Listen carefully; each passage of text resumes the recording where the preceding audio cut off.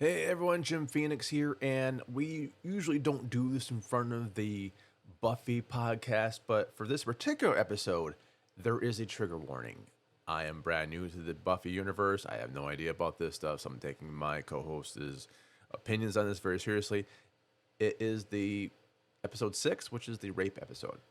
So, again, trigger warning. This episode deals with very sensitive matters, very serious matters. And if you are someone who was affected by these matters, A, sincere apologies. B, we give out several phone numbers if you are affected. Please, please, please, please reach out to someone. And see, even if to see, DM us. We're not professionals. If you want to yell, scream, or just explain or talk or anything like that, reach out. Reach out to somebody. Okay? With that being said, Lavanya, let's go to this episode.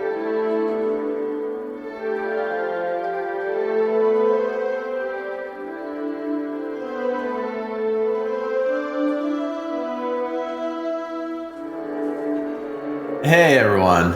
If you can tell the sound of my voice, I'm not going, hey everyone.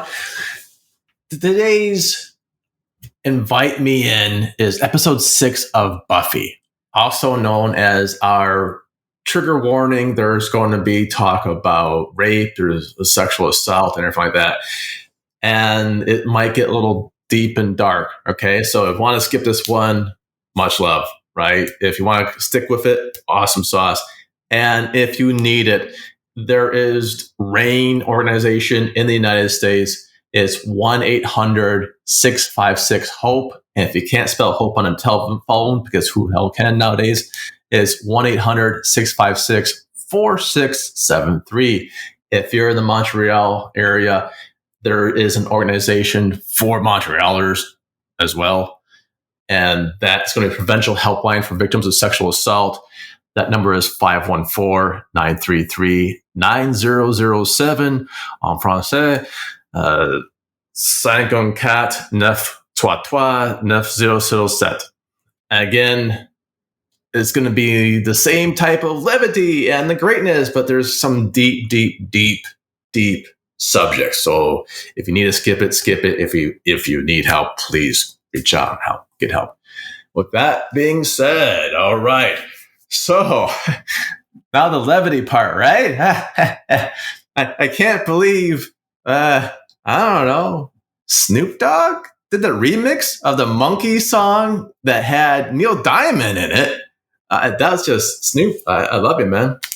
Yeah, Lakers for life. So the episode or the premise is simple. Let me in. We've got two super bands. Invite me in. Invite me in. Also, let me in. Learn the name of your own podcast. Let me in. we have over 100 episodes to get it right. We're fine. My 101. What episode is it? It's like remember the Homer Simpson one when Lisa's like saying, "Turn down the music," or stop the party. He's like, "Sweetie, sweetie." If the cops didn't have any chance, what chance do you have? I have no idea. I've been doing podcasts for way too long. I don't know where I am half the time. I've called myself the wrong name before. So levity, awesome. So invite. Damn it! Did I do it again? You got it. You got it. It's invite me in. Okay, good. Yeah. Invite me in.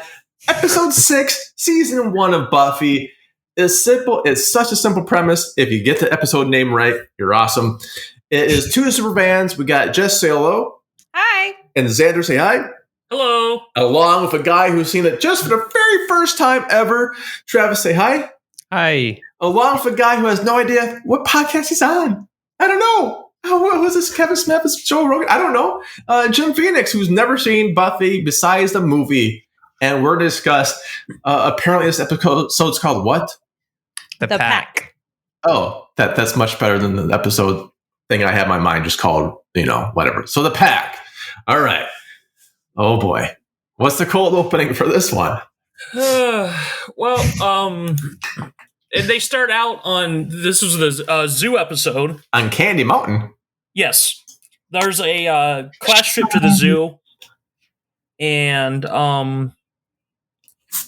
they show this one deals with a lot. You notice like a lot of these shows have allegories to like growing up. This is about like bullying and things like that. The whole gang, Scooby Gang, the whole school, they take a field trip to the zoo.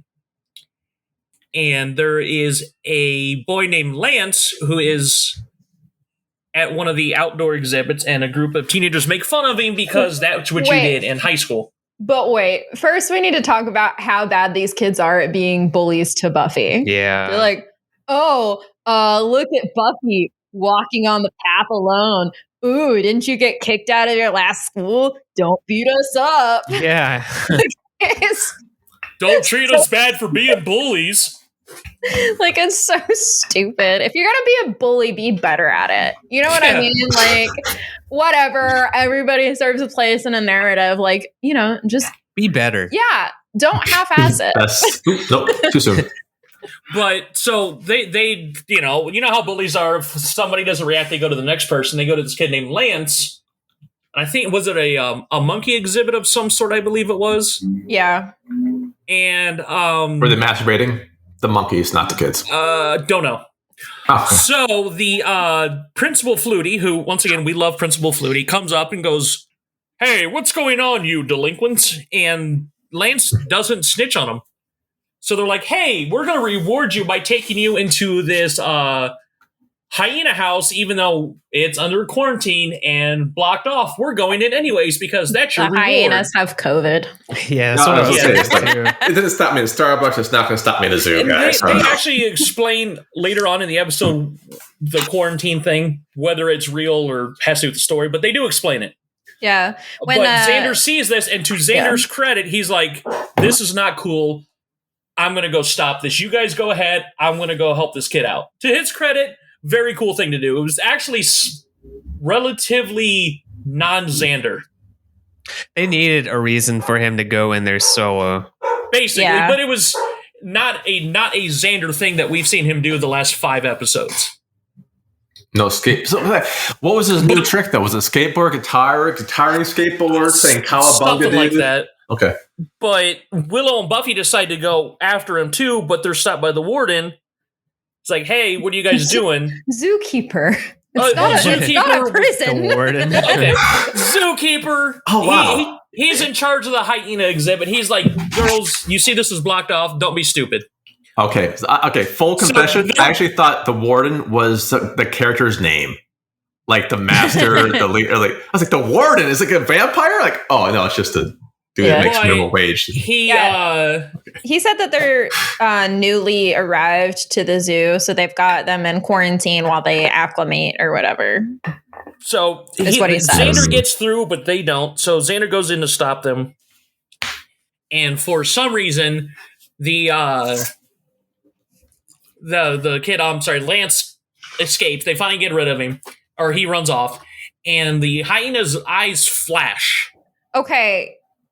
But I need to say that they got the worst looking fucking hyena puppet that they could have found. The story of this entire show, man. Like, I think I will give credit to the Praying Mantis episode because the Praying Mantis looked okay, but everything so far up to episode 6, I have not been impressed with the way anything that looks. Was also a model that Mantis model was also previously used on an episode of Babylon 5. So well, then they shouldn't get credit. Then they just borrowed a prop. It was used, slightly used. Okay, but the hyena's eyes flash like this neonish green. Also look terrible. Yeah.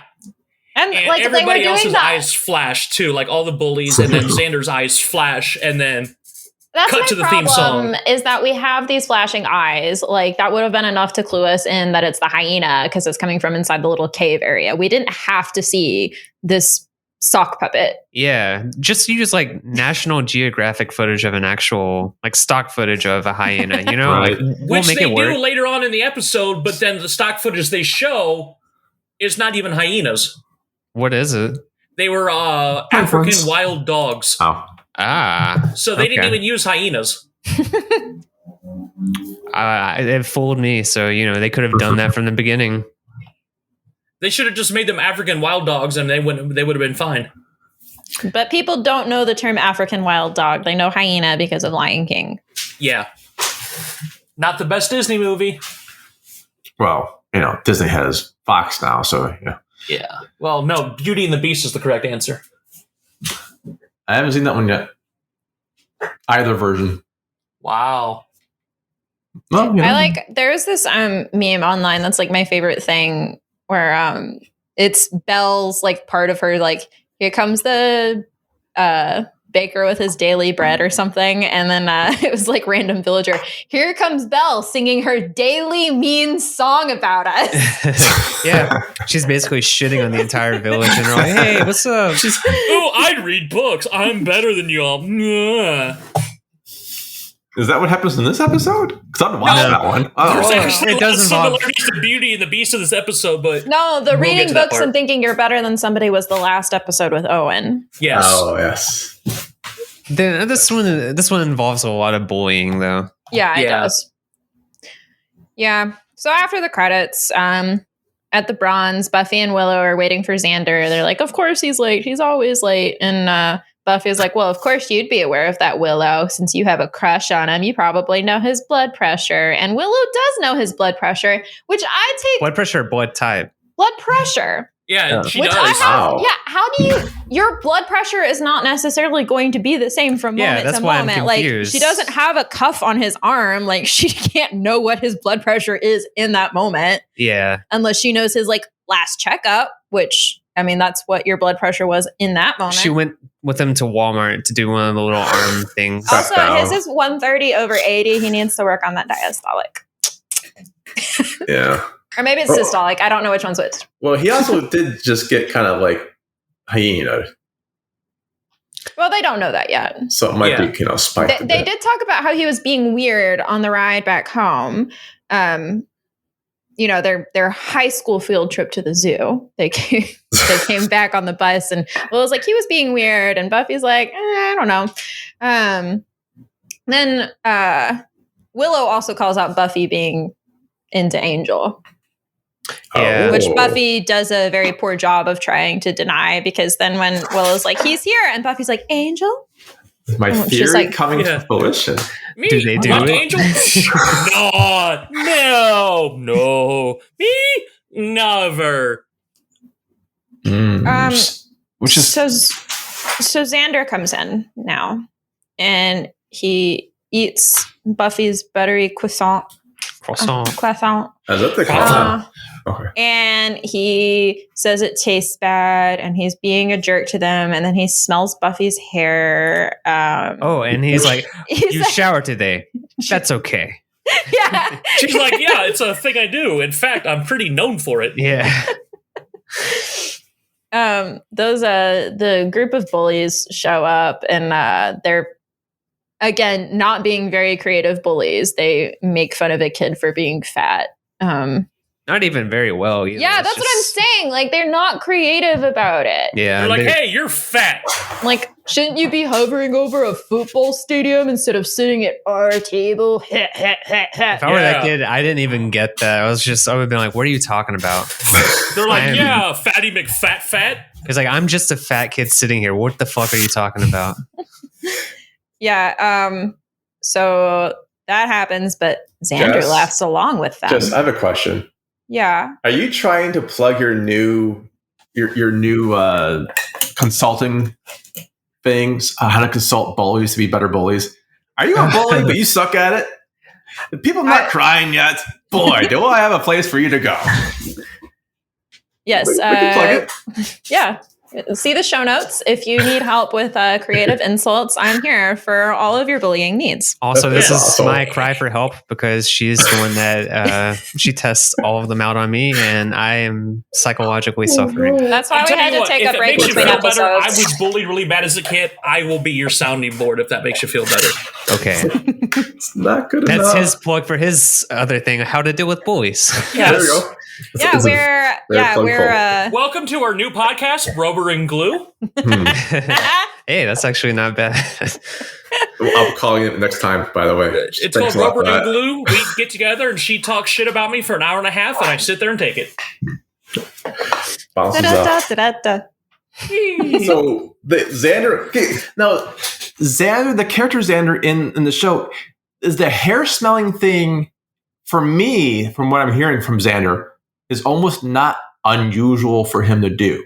No, and that's why I think they don't immediately call him out as like, oh, he's being a hyena right now. He's just he's being Xander. He's being a little bit extra Xander today, but that's still on par. And like that's the thing, because like it takes so long for them to really be like, no, something supernatural is definitely happening, because they're just being like, yeah, here's Xander with his predatory tendencies. That's our pervert. Without jumping too far ahead, what it takes is it's not this shit. It's eating a pig. Yeah. Yeah. So, he doesn't, but we'll get there. He eats the pig. No. Mm-hmm. Yeah, he does. Okay, but he doesn't get in trouble for it. That's another thing. Yeah. Yeah. Anywho. Yeah. So that was weird. The next day, Buffy and Giles are training in the library, and Buffy makes Giles' when you train arm. kickboxing, you train in the library. During a fucking school day. In the middle of school. I have third period taekwondo in the library. So do these people not, like, does she not have actual classes that she has to attend? Just biology. Well, before they kill the teachers. Biology / chemistry sometimes. At the same time, but the teacher's dead, so I think she's got like 8 free periods now. Yeah. Apparently. It's we're gonna just accept it. We're gonna suspend our disbelief. Yeah. Like the school doesn't have a dress code either, so it's not the most unrealistic thing about the setting. Yeah, but I guess it could just be me, but this was my high school years. I didn't see anything out of the ordinary that people weren't wearing in the 90s anyways. Dude, there's no way Buffy could have gotten away. The outfit she wears on her first day there, the first episode, there's no way she wouldn't have immediately been put into the sweatpants of shame. Like, wait. What was the outfit? Her dress was a little short. Yeah. Because they used to do go to the knee. Because they used to have to do a thing where it's like, oh, you need to put your hands down at your sides, and if where your fingertips touch, that's how long your skirt needs to be. If it's any shorter, we'll send you home. Yeah. See if we can find a picture of her outfit. Because this is where I was growing up. I don't think I can see like a standalone. So maybe I'll. Oh my god! I have to watch for fashion. This is how you get me into Buffy the Vampire Slayer to judge the fashion of the 90s. Most of the time, she wore those dresses. She wore boots, so maybe she was trying to counter the short dress with the longer boots too. I'm just saying, like, she's in a public school. Public schools love being shitty to young girls about what they wear. Oh yeah. So I remember one time in my high school, I want to say this was probably been 98, 99, so around the same time, a girl got sent home because she wore spaghetti straps, spaghetti strap tank top. So a bunch of her friends decided, hey, you can't send all of us home. So about 30 or 40 girls showed up in spaghetti strap tank tops. Did they all get sent home? Yeah, I was like, no, actually, I don't think they did. But it was just like, because, those were popular back then. But, a lot of times they would wear some sort of like shirt or sweater over it. And it was like the spring months, and it wasn't an offensive outfit. I think she was wearing jeans with that. I mean, it wasn't a bad outfit, but it's like, oh, tank tops are okay. But if they're spaghetti straps, oh no, you got to go home. I got told I was inappropriate for a quarter-sized hole in my jeans that fell above the knee. They said I was inappropriate, and I had to wear like neon orange sweatpants for the rest of the day because my mom couldn't bring me a change of pants. Guys could wear whatever they wanted, but as soon as a girl showed skin above her ankle, oh no, You guys went to some weird ass high schools, man. I went to public school. I went to public school too, and people were wearing wife beaters and boxer shorts. That was not allowed. No, guys could wear tank tops. Girls couldn't. Wow. Maybe in my school, no one gave a shit. Because the train of thought was, oh well, if the girls wear tank tops or they show skin above their ankles or below their neck, it's going to distract the boys. Maybe it's a Canadian thing. No, that wasn't Canadian. Oh, yeah, I'm a multiple choice test taker for Canada. Yeah. But yeah, no, that was so. Yeah, dress codes were a huge thing. Yeah, might it be a generational thing? I don't know. It might have been. We fucked it up for you guys. You're welcome. Yeah, we fucked up that and drugs. Cool. Well, basically, girls couldn't show anything above the ankle or below the neck. Yeah, pretty much. And it was their fault because they were distracting the boys for wearing clothes. I mean, if you're going to give girls a complex about their bodies, you've got to start at a young age. And the magazines didn't help either. Is that a chapter in your book? Oh, yeah. Body shaming 101. So Buffy is kind of getting body shamed or not. No, she never was. They never really showed too much of. That will come up in one episode. Okay. But for the most part, it was just, it's Buffy, Not the next episode, but like in one episode during high school. Yeah. Yeah, there really wasn't a lot of dress code talk on the show. Basically, it was, because you know how those shows were, hey, we're going to wear super expensive clothes that nobody our age would wear, or would be normally within our price range. Well, because we want to show all the latest fashions and labels. That's they do on TV now. Honestly, though, too, like Sarah Michelle Gellar has an amazing body too, and she's your lead actress, so obviously they're going to show her she looks off. the same. Yeah, she looks fantastic. Her and Freddie Prinze just hanging out with their kids, Daphne and living their lives. Freaking Fred. Fun fact: for a very short time, me and Freddie Prinze Jr. when Injustice 2 came out, were in the same clan. I'm serious. He ran a clan, and I said don't sure. know what He's these like, words okay, mean. cool. So yeah, I for a very short time played Injustice 2 with Freddie Prinze Jr. So Dagnabbit, well, I don't know what that means, and I'm old. And they were doing Taekwondo in the library. That's all I remember. Oh yeah, there we go. Back there we go. Yeah. Thank you. Yeah.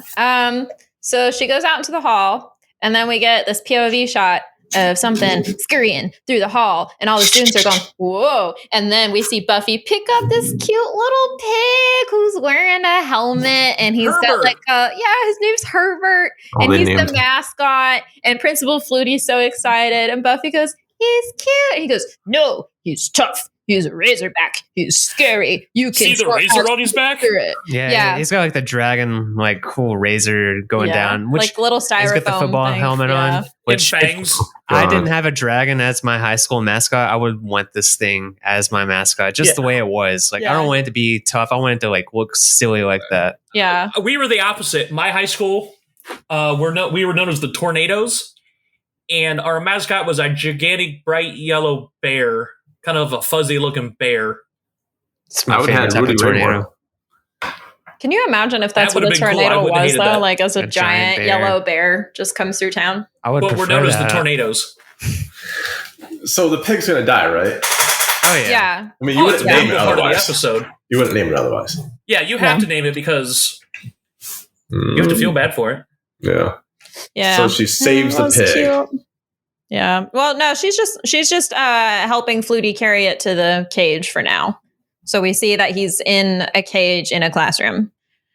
Then we go to gym class.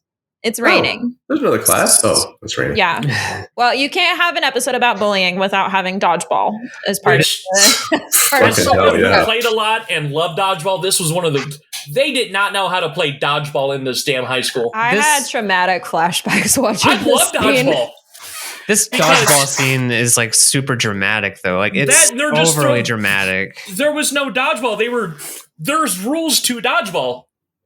They weren't. I don't want to go off on a whole. They're not following the rules of dodgeball, but there was no cones. There were no wrenches. I didn't have that in my dodgeball. Dead hooker. Usually, if you caught, they were throwing the balls at people, and some of them were catching it. Like, hey, if you caught the ball, the other person's out. The person that threw which it never happened. There was no cones to bring in the other people. So basically, you would catch it and just chuck it at somebody. But that's not dodgeball. That's just catch and drop ball. Yeah. Yeah. So it turns out Xander's on the other team with all of the asshole kids and Lance. And then Buffy and Willow are on the other side. And these kids are just being vicious. And like they're like beating people. And it's just brutal. And Xander like full on like hits Willow in the head. Yeah, like full strength. Yeah. More brutal than dodgeball usually is. Yeah.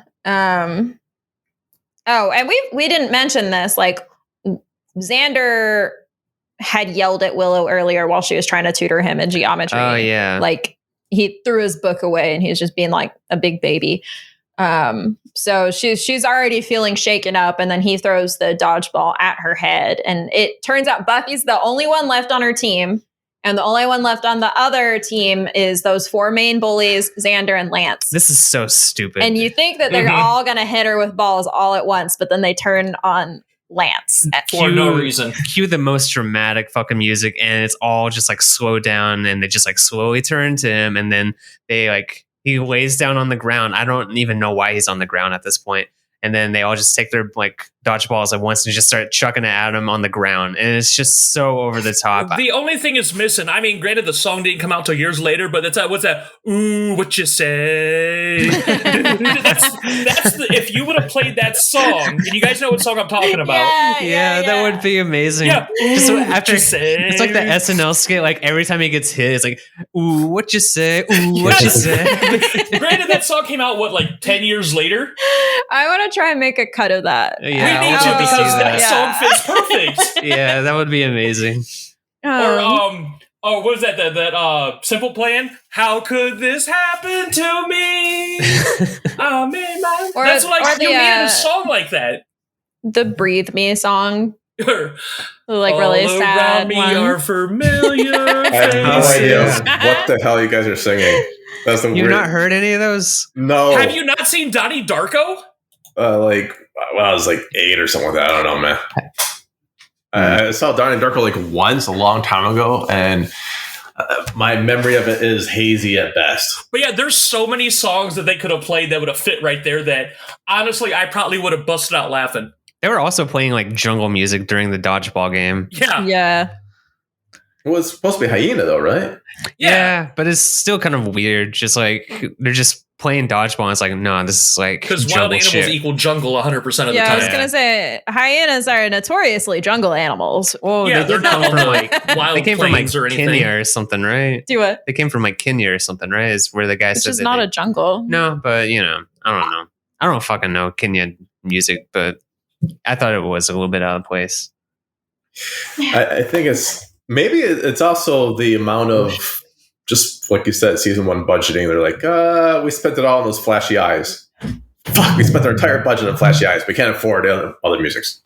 Yeah, no. To be fair, and I think a lot of this does go. Honestly, I know you're joking, but I think a lot of this stuff, at least in the first season, does go back on budget. Maybe because they didn't know if there was going to be a season 2. Yeah. Yeah. So after that, Willow confronts Xander. She's basically like, hey, you're being more of a dick than usual. What's up? And he's like, so I'm sure you see that I'm changing. And that's because my feelings towards you have changed. I've decided to drop geometry. So now you don't have to tutor me anymore. And I don't have to stare at your pasty face ever again. Nice. And yeah, it's like, and it does all these dramatic close-ups between their faces. And then Buffy comes up and she's like, what, are you going to say something to me now? And he just does this like obnoxious laugh. They do a hyena laugh, basically, which honestly, that kind of is effective in a way to like, you're laughing at her. I hated Xander before this episode, but like I really hate him in this moment. Yeah, but I'm just saying like that kind of takes the wind out of Buffy's thing there, getting laughed at like that. Here's the thing. I don't blame Nicholas Brendan at all for this episode. For what he was given, I thought he acted it well. Oh yeah, no, it's one of those things where it's like he did his job. Yeah, I very notoriously just hate teenagers in general, and like True. This is the epitome of why I hate teenagers. He acted well for what he was given. It's just the character was yeah. We'll put it that way. That's a nice way of putting it. Yeah, so the group is hunting for food basically, and they steal hot dogs from these kids outside that are just trying to talk to Xander about music, and then they're like, we're still hungry, and then they go inside and they see Herbert. Oh yeah. And then they start pigging out. So the other turns on. I apologize. That was awful. I regret nothing. So they all just kind of like take turns eating the pig? No, there's no taking turns. Like this is get in where you can fit in. Yeah. Then we get one of those shots that I love where it's like a slow motion walking scene to dramatic music. I don't know why, but I'm a sucker for these types of shots.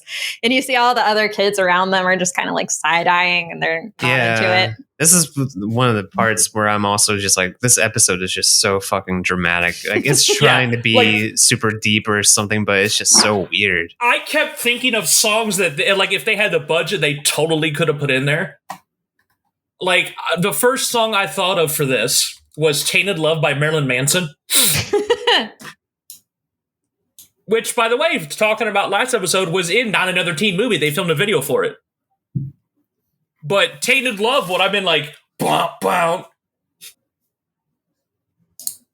I mean, because who also didn't listen to Marilyn Manson in high school? Me. Or they could have been Sweet Dreams by Marilyn Manson. I did because even though my parents wouldn't let me, so I had to do it when they weren't around. That shit ain't my style. And then, of course, you find out he's allegedly a creep too. He's allegedly having problems. Allegedly. Very open about it, honestly. Yeah. Well. So in this episode, what happens? Okay. So Willow and Buffy are talking because Willow's sad because not only does she have a crush on Xander, like they've also been friends since kindergarten. Aww. So she's real sad, and she's like, but he's not even being mean to you, Buffy. He's just sniffing your hair a lot. And Buffy's like, how is that better? She's like, I'm still not okay with it. I would rather be ignored. And Buffy's trying to talk to Giles about it, and he's like, oh, so Xander's being aggressive and creepy. Sounds like a teenage boy. This is kind of the explanation that you guys gave for Owen the other episode, though. We were like, oh, he's just a teenage boy. Like, he just changes. It's like, okay. I said it in a way that he's trying to find himself. Yeah. I wasn't Giles dismissing him. Oh, he's not finding himself. He's just a boy. Let him do whatever. Yeah. Which I'm going to say that's the flip side. That's how the patriarchy is bad for men, too, because it's this very like toxic mindset that it's okay for somebody to be shitty because boys will be boys. And again, not listening to Buffy when she knows what she's talking about. That's what, twice in 3 episodes? Yeah. It's just. So does he actually serve a purpose as the Watcher then if he's not able to like pick up on this shit? He's supposed to be telling Buffy what to do. Isn't he supposed to be able to like... The Watchers Council does not encourage independent thinking in Slayers. But isn't he supposed to be the one that's like, you know, watching for this stuff? Like watching for these events? Yeah, I don't really think he thought that this was an issue. He wasn't on the field trip. He wasn't supervising that. He's a librarian. He's too busy teaching Taekwondo in the library. Yeah. Nothing wrong with that.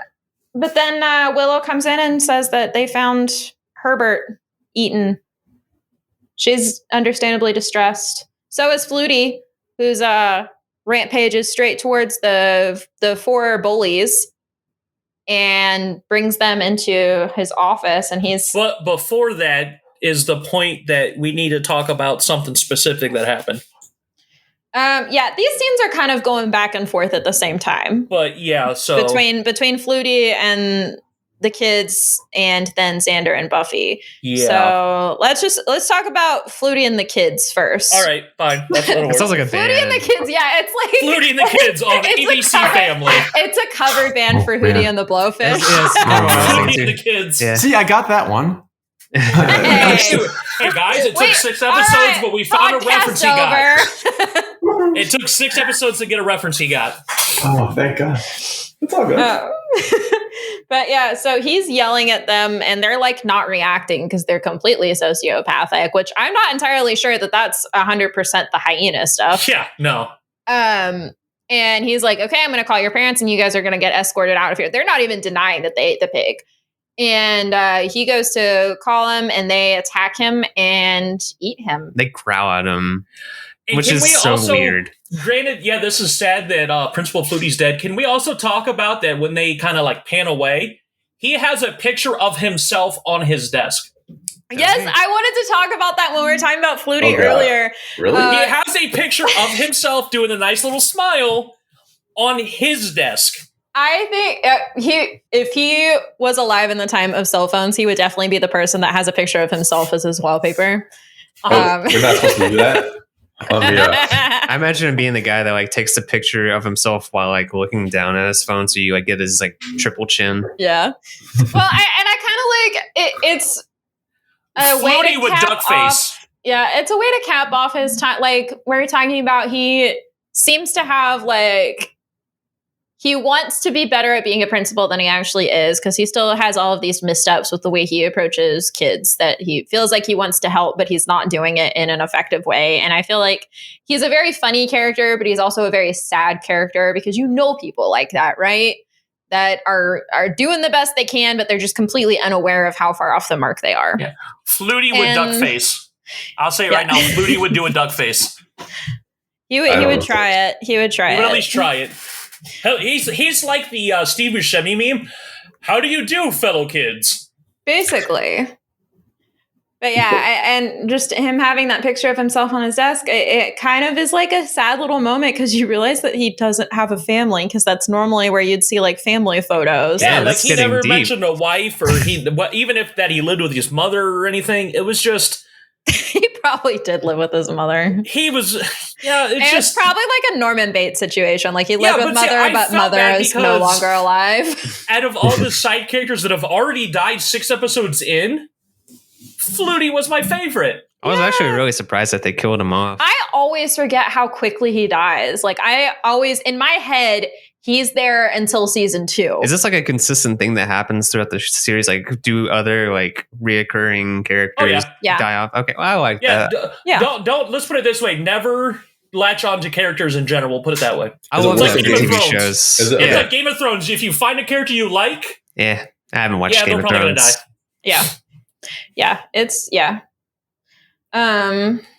So that happens, and then meanwhile, because Xander wasn't with the kids when Flutie pulled him in, and he instead, Buffy is investigating, and then go ahead and skip past this if you don't want to hear about any sensitive content. Is this the warning part? Yes, this is the warning. I'm sure we can put a timestamp in the description if they want to. Don't be so damn sure, man, unless you're editing. If we could at least put some sort of I'm not sure at all. timestamp or time that they can skip to. Because just skip ahead a couple minutes. Kind of is the bad as it is kind of a pivotal part of the episode too. Yeah, we can rush through as fast as possible. So Xander comes in while Buffy's investigating, and he's being a jerk, like smarmy, overly confident, and at one point, he has her pinned down on the ground, and he's saying just like upsetting things about like teasing her and her smelling good, and he likes the way she smells when she's afraid, and he's basically saying, I know that you want this. Yeah. And then she throws him off, and then he pins her up against the wall and does this whole thing, and he's sniffing her, and she's like saying, get off of me. Can we also say kiss her neck? This is about at least the 3rd or 4th time she's been pinned down like this on the show. Yeah, this one is the most explicit about what they are conveying. Like, because we know Xander has already violated that boundary by watching her change in the mirror. And he's been sniffing her hair. He is now like fully holding her down, and there's no doubt about what his intention is. When he has her pinned up against the wall there, doesn't he like go in for a kiss on the neck though, right? I think he was like sniffing her. Oh, he was sniffing. Yeah. I thought he was trying to like actually kiss her. Which is honestly almost worse. Yeah.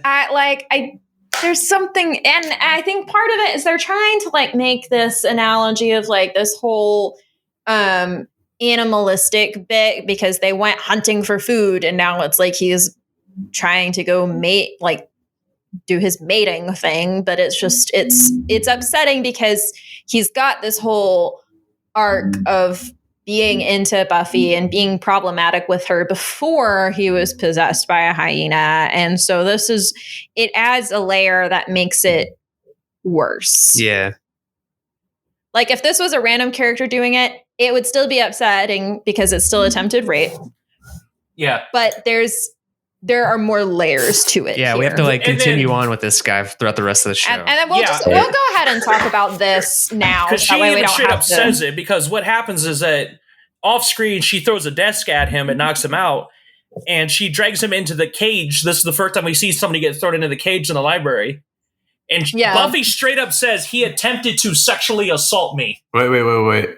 Not to take it away from us. There's a cage in a library? Yeah. Thank you. That was one of my points, too. I was like, what the fuck is wrong with this? What is going on with this library? The school apparently neglects it entirely. But yeah, she straight up verbally says he attempted to sexually assault me. So they don't even like dance around the fact that he attempted to rape her. She straight up says, yeah, he tried to. Yeah, it's not good. And what were you gonna say? I was gonna say, well, we'll talk about it. It comes back up at the end of the episode, and it's played off for laughs.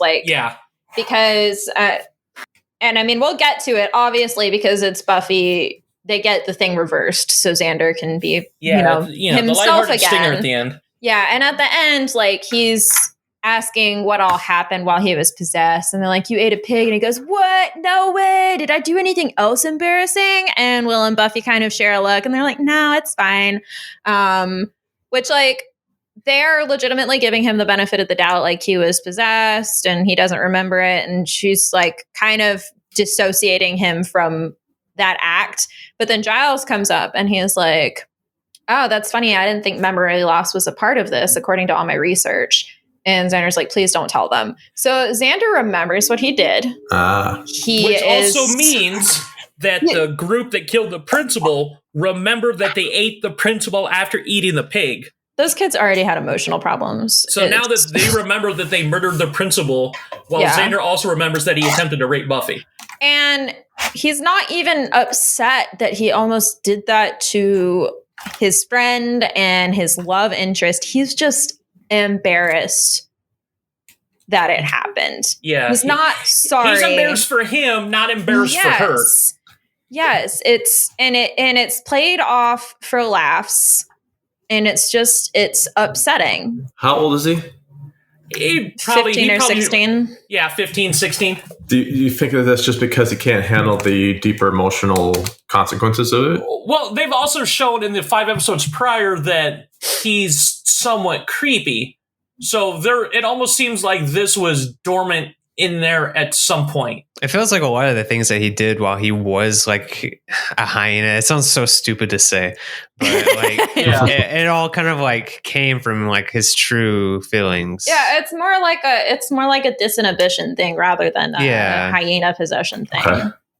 And it's just, and I don't like the way that it's played off for laughs. And this isn't the first time that sexual assault is mentioned in the series or depicted on screen. And it isn't until a later season that it's actually treated with any kind of gravity. And that's disappointing. And what's meant to be, espoused as a feminist show, that we just brush off something that's so serious. Yeah, and it's like you could have just gotten away with him trying to assault her, like them fighting, and you could have had the same impact. Yeah, exactly. Yeah. But here's another thing when it comes to the whole how the females are kind of pushed off to the side is that, and I looked this up because for those that don't watch on Amazon, they have these awesome trivia things, and that's where I get a lot of my trivia from. Hyenas are a matriarchal society. Cool. So the fact that Xander is basically seems like he's the leader. Yeah, the two girls should not have happened. The female teenager, whatever her name was, which I don't even think they give her a name. There were 2 of them. There were 2 female teenagers in that group before, but it's the 2 guys that get names and get to actually so one of the females should, if you want to follow how hyenas are in their societies, one of the females should have been in charge, but they're just eye candy. However, African dogs are actually patriarchal. Yeah, because another thing is that they should, they're trying to study about how hyenas work to figure out how, hey, if we can figure out how hyenas work, maybe we can figure out this thing. A lot of the stock footage that use like all the different documentaries are African wild dogs, which are not hyenas. I just want a separate podcast where Jim says stuff and Xander reacts to it, and we have to figure out what's true and what's not. It's none of it is. None of it is. But I'll tell you, I will preface it. This is part of the true thing. Now, this is coming out in like 97, 98-ish, right? 97. 97, okay. Prior to this, we have a slew of entire genres of coming-of-age movies that basically say sexual assault's okay. Yeah. Which is not okay in those movies either. Yeah. Revenge of the Nerds had a big scene. They don't age well, do they? No. Yeah. That's the thing. There's a whole genre of horror movies. Like Spit on Your Grave. What that is. Yeah, they're called rape-sploitation. They're like I spit on your graves, and those are like revenge movies. They're not really. But I mean, it basically they don't say sexual assault hinges on the fact that the woman was sexually assaulted. Yeah, that's the horror of. Like, I'm not necessarily saying they're good things to watch, but I don't necessarily think that they're like portraying them as like a not major thing. It's like they're life-altering events in those movies. Sure, absolutely. I hate that you know what? Not going to talk about it right now because I've got a whole lot of things to say about rape revenge movies. It's not near rape as a plot device is not used nearly how it was back then. Well, and then it's this overall thing too, which we'll definitely talk about later on in the series. Is Joss truly, the way he writes, it seems like he truly hates for women to enjoy sex at all. And it'll come up throughout the series again and again. It comes up in Angel again and again. It's come up in some of his other works that he's done. Joss is not, he frequently punishes his women characters when they have sex. Honestly, if I were watching or if I were writing a movie about high schoolers, I would probably just not even include sex. Like, it doesn't even feel like it needs to be included. Yeah, but anyway, all right. Can we move past? So Xander's in a cage. Yeah, in so the Xander's in a library. cage. That part's over with. Yeah. Right. So they're doing the whole thing. I guess they find out that they're like, okay, we should maybe talk to the guy, the warden. The warden. Back at the zoo. Yeah. About the coyotes. What the fuck am I talking about? Hyenas. I'm going to call it a different thing each time we bring it up. The jackals. Yeah, the jackals. The kitty cats. Which is a good band, by the way, Jackal. Sounded like AC/DC. Yeah. So, they've discovered some information about transpossession, which is basically, this show doesn't handle race very well either because Giles keeps referring to other people as primals. It's like the primals. British. Oh, is that? Yeah. Mm. Yeah. I'm reading an essay right now about British colonialism and how it's very, very present in this in the series. That makes I can see that. Yeah. Like not even watching it, it's there. Yeah. Yeah, so he's talking about these people that would try and get the spirit of the hyena into their bodies. Why you would want to do that, I don't really know, but, there it is. So he's got little bits of information. They think that the zookeeper will have bits of information. So Buffy is like, all right, cool. I'm going to go try and, or me and Giles will go talk to the zookeeper. Willow's like, I'm going to stay here with Xander and watch him when he wakes up. And it's because she wants to see if there's any trace of him still in there. Hmm. And she's like, I know you better than Buffy or Giles do. So I'm going to be here I want to see what happens when you wake up. And like, he's trying to turn her against Buffy. He's like, we had a good thing going until Buffy came along. She just ruined our whole jam. And Willow gets a little bit too close to the cage and he tries to grab her and she's like, so it's not really you right now. Yeah, she had me fooled even. Yeah. I thought that she was going in for the kiss. Willow gets a couple nice moments like that throughout the series. Willow's the dark horse. But cutting over to whenever Buffy and Giles go over to the hyena guy, like I just can't help but think, but like this is the type of guy that at parties all he talks about is hyenas to people. Like he just like starts conversations. He's like a horse girl, but he's a hyena guy. Yeah, he leads in with like a little bit of hyena trivia. He drinks IPAs. I drink IPAs. I was like, me too. Are you a hyena guy, Travis? Are we hyenas, Jim? Oh, I don't know. Actually, Payne said he likes to drink Megadeth beer. I'm not sure if that's an IPA yet. I'm a stout and porter kind of guy, so I'm fine. Hell yeah. I like those too, but Stouts, says the guy who keeps sours. Keystone in his fridge.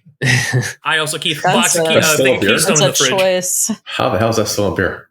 But well, I can get it for $10 for a 15-pack. It's delicious. There's a reason. There's a reason. Yeah. Thank you. Right? I'm okay with that. I'm poor. I mean, I can get water free from my tap too, so you're overpaying. Right. Okay, so we have Xander. Willow moves him for the kill, and then Hyena Boy is talking hyenas. Yeah, they're talking about. I guess this guy just happens to know. I can't exactly remember why he knows about transpossession. He's super into it. He doesn't know enough details of the ritual, but now he's realizing that Giles has this information. So he's like, "Hey, yeah, let's go set this up. We'll definitely, we'll reverse it. It's cool." Mm-hmm. Buffy's like, "Cool, I'll go get Xander here," and he's like, "Don't worry, the rest of the pack will come follow him once they've eaten, because then they need to find their missing pack member." And then Buffy goes, "Oh shit." And at that point, we see the rest of the pack is breaking into the library to free Xander and potentially attack Willow. Yeah. But Willow manages to hide in a classroom. Good. But Xander finds her. But then Buffy comes in and saves the day. Like she do. Doesn't she always? Thank God, too. So this got a really a darker turn. Yeah. Than it already has. So... And like, meanwhile, we've been seeing little cuts of the pack too. We haven't been talking about this because we've been focusing on the Scoobies, but like the other kids are sleeping on the ground outside. They're snarling at women with their babies. At one point, they attack a family that's getting into their car and having a super personal conversation that I don't understand why was included. It's like, "I didn't say that she looked better than you, honey, just that she looked better." And the kid's like, "Are you guys getting divorced for real this time? Yeah. Because I want to live with dad." Like, but yeah, Buffy manages, like, because she's trying to get them over to the zoo. And so she's trying to lure them. And she comes up while they're, trying to eat this family. And she gets them running to the zoo after her. And meanwhile, Giles has been knocked out. Again. Yeah, so he goes to meet this guy, and this guy is in like full on, he's like body painted himself blue, he's got like stripes painted all over him. He is like gone all out, which further confirms my whole theory. He probably does this for parties too. Like that's his like going out outfit. But he does knock out Giles as always, because that happens in every episode apparently. Because Giles is like, "What's with all this?" He goes, "Oh, this is to help the ritual to save the kids." Just like, yeah, okay. No, Giles gives him that out. Giles is like, "Oh, you're in the ritual garb. Good." Like, I was like, "Oh yeah, sure. Ritual he makes garb. a connection there. But I thought he made that connection there. Like, because as soon as he figures out exactly what that guy's going to be doing, that's when he decides to knock him out. But and then throw him in a closet because that's all good Giles is good for. Yep, pretty much. Like, well, he does have a cage in his middle of his damn library, so maybe he deserves being thrown in a closet a bit. But here's the thing: there's like nothing really in the cage. I'm so baffled by that fucking cage. Like, I can't get past it. There's I don't like understand. some stacks of books, but what kind of books do you need to put in a cage? Is it a cage? Like, is it something where, like, you know how you go to a mall and they have like the little like cage things that they pull down that way people can't go into these stores over like after hours? No, it looks like a straight up like jungle cage, like an animal cage. They got like a kennel in there, which is also another argument about why they shouldn't be hiring this guy as the librarian, because is he like keeping kids in there? Like, we don't fucking know. Like, he's just, this guy gives very bad vibes for a high school librarian.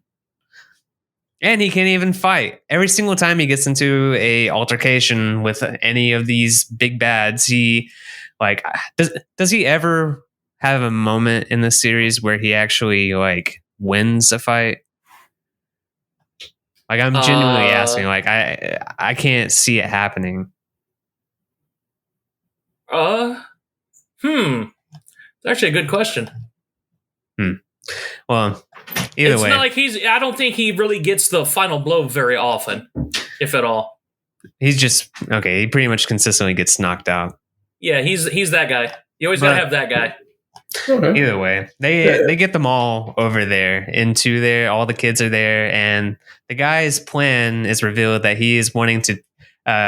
It was revealed earlier that one of the only ways to get the hyena out of them is to transfer it to another human. Well, this guy plans to do exactly that. He takes all of the kids and he gets their hyena into him. Which shouldn't that make him like 6 times hyena? It's like super hyena. 5 times. Yeah. It doesn't really matter because as soon as it happens, Buffy throws him to the actual hyenas. Which was something that was kind of weird to me because earlier Giles mentioned individually they're almost identical, like they're matched evenly in strength, but as a pack, like they're way stronger than her. So shouldn't this guy be like able to like? It seemed like it took a while for the hyena stuff to kick in for them, so maybe he was like still, maybe adapting. that's And it true. almost seemed like by the time they got to the part where Buffy fights him, there's only like a couple minutes left in the episode, so it wasn't like they could have that fight. They're like, oh, superpowers, nope, throw him to the hyenas to eat him. Yeah, pretty much. Yeah. They kind of had to rush that part. Yeah. And Giles pops back up. What did I miss? Yeah. Yeah. And then the next day, they're just talking about how the vice principal is going to take over until the new principal comes in. Ooh. And can't it's wait. the chosen one kid, right? Oh, shit. I hope so. It's the master. The little The The master's the new master, principal. yeah, and he just has everybody sit in the gym all day while he lectures them. That would be The morning announcements take 2 hours. that would be the horror of it. So this show was it was a show. Did we have any last words for you guys? 1 out of 5 for me. Wow, Honestly, like I think it could have been a really good episode if they had handled some of that sensitive stuff, but if they hadn't used it as a throwaway joke at the end. You know what I mean? If they'd let it have that emotional impact instead of just like.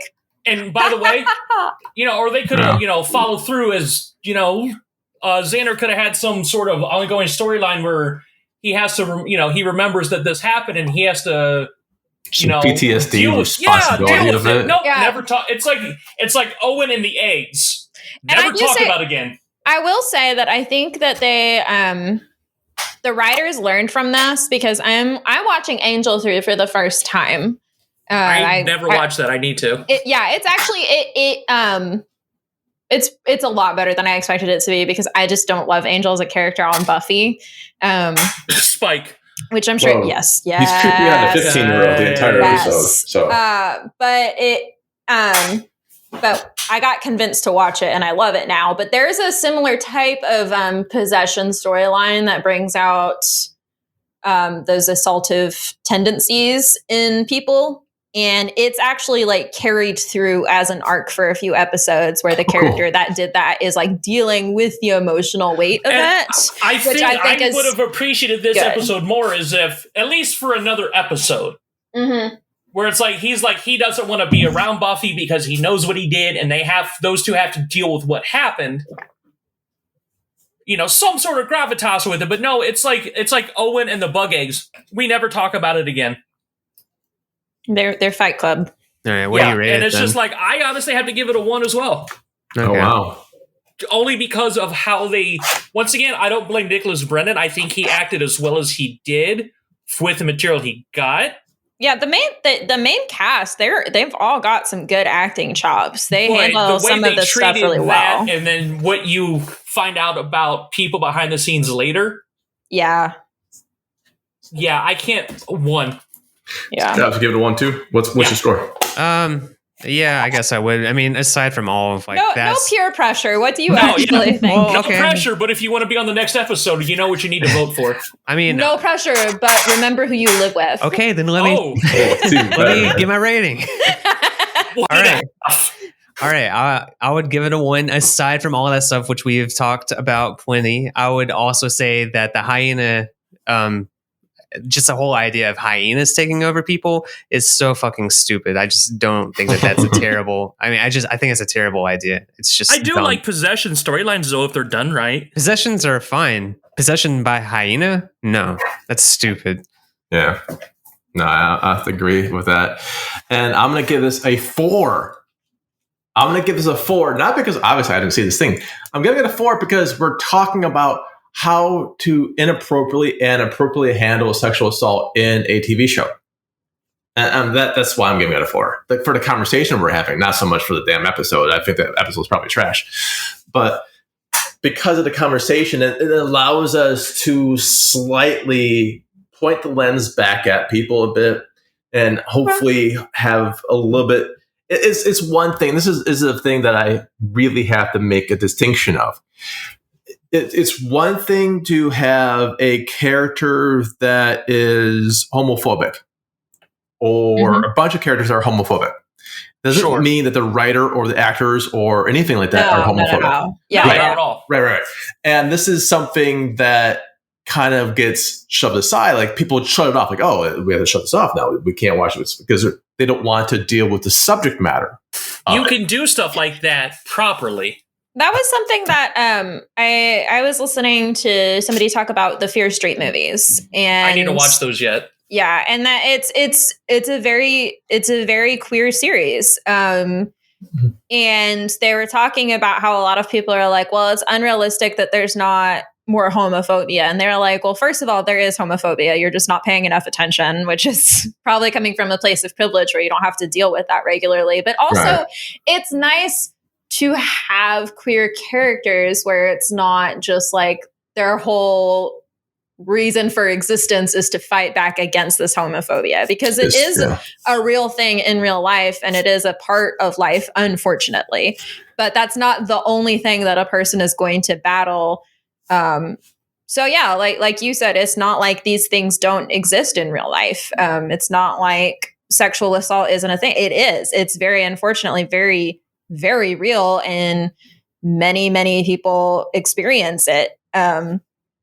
So having the conversation is exactly like you said, it's important, and it wasn't handled well back in the day. And I think it's getting handled better in media now, just because more people are having this conversation of why it's not okay to portray things a certain way. And I kind of think the whole Me Too movement really, because there's been a lot more change over the last couple of years, and I think that has something to do with it, saying, no, we're not going to do this anymore.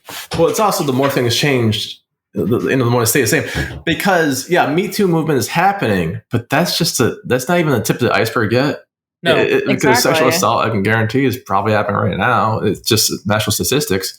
Was it at least in America, it's what, 1 in 4 1 in women? 4 women, just like in general. But if you go to certain environments, like on a college campus, it's 1 in 3. Yeah. Oh, yeah. And it's like 1 in 8 men.